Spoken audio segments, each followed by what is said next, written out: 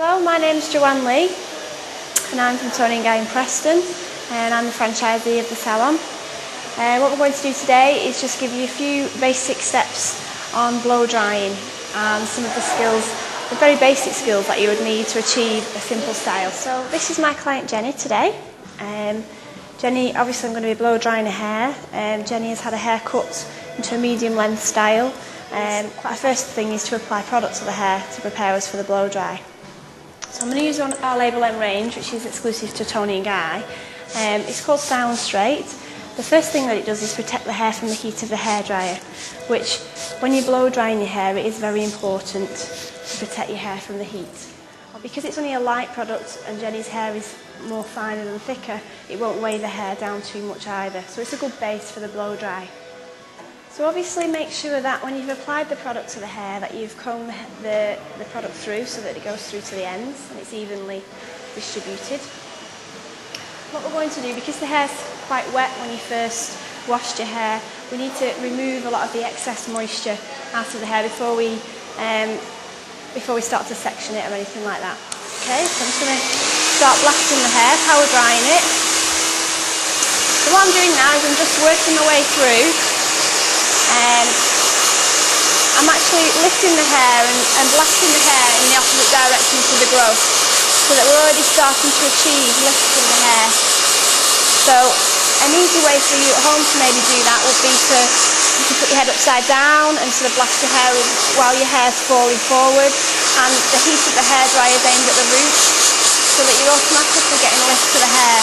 Or if you choose to work like I'm doing now, blasting away from the direction that your hair would be growing. The best thing to do is to use the hottest heat and obviously control the speed. With this I've got it on full blast, full heat for a power drying technique.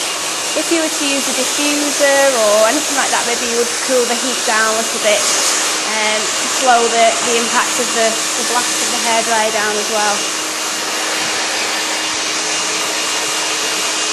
So what you could do is continue to blow dry the hair until it's bone dry, just blasting and working against the growth of the hair. Or you could start at this point, which I'm just going to do to show you, sectioning your hair in sections. Start with a central profile line down the middle of the head. So what I'm going to do now is use the point of my clip, or you could use a tail comb with a point on the end, just to section the hair out of the way. So I'm going to use the point of my clip on a scalp. I'm just going to draw a line across the section. The hair on top of the clip, I'm just going to lift out of the way, and then the section that we've pinned up, twist it round and pin it with the clip. The reason why it's important as well to section your hair off is if you do want to get volume in your hair, you're sort of building a foundation each time you do a different layer, so you get a little bit more volume in the hair. Because you've already blasted all the water out of your hair, there's very little drying required at this stage. You're just sneaking it into shape, picking up sections with your hands, putting your brush in, and just following the heat along with the brush from the roots to the ends of the hair. The reason why we use a nozzle on the hairdryer is simply to direct the heat and the power of the dryer in one direction. If you didn't have a nozzle on your hairdryer, you'd find you'd lose control and you'd just be blasting the hair all over. Because the direction of the heat is very slim, you get much more of a shine on the hair because it's flattening all the cuticles down and gives it more shine. So now I'm going to take the other sections down, build a little bit of volume for the hairstyle.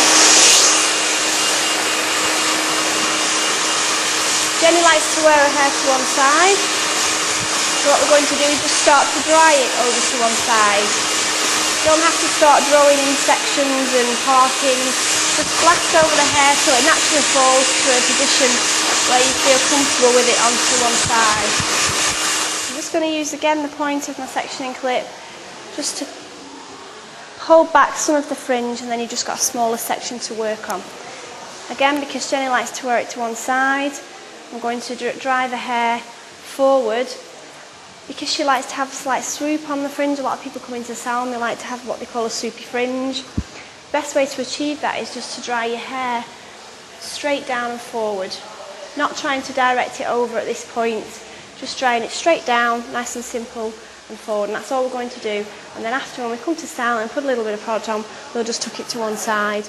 While the hair's cooling down, I'm just going to get a little bit of product to work through the hair so that we maintain a shattered, textured look on the haircut. Okay, I'm going to use a product called Soufflé, which is by Label M. This is a very light product, which is more than likely why it's called Soufflé. It's very light, it's not a heavy wax, it's not a sticky gel, anything like that. It's just a very light, creamy product, which is great because it's not too heavy on the hair. So what I've done with the product, it's very important, is to work it through your hand first of all, because if you just put a blob of it on the top, obviously it's going to have heavy product there and nothing through the surrounding area. So work it through your hand, start from underneath and just start to wipe. It's as if you're wiping your hands on your hair, just removing the product a bit at a time. The reason why I'm starting underneath, because obviously it's important the hair is covered in product. So it's like I'm almost wiping my hands on the hair. The best thing every time you do it is just to let it work where the hair wants to fall, not to try too hard when styling hair. Each bit goes in each place. Just let it fall where it wants to fall. I think the important thing about maintaining a low maintenance hairstyle is to make sure that obviously it gets cut and kept in the shape on a regular basis. So I'd say every 6 weeks is a good time to keep on top of the style, have a treatment if the condition needs the treatment, and keep your hair looking fab.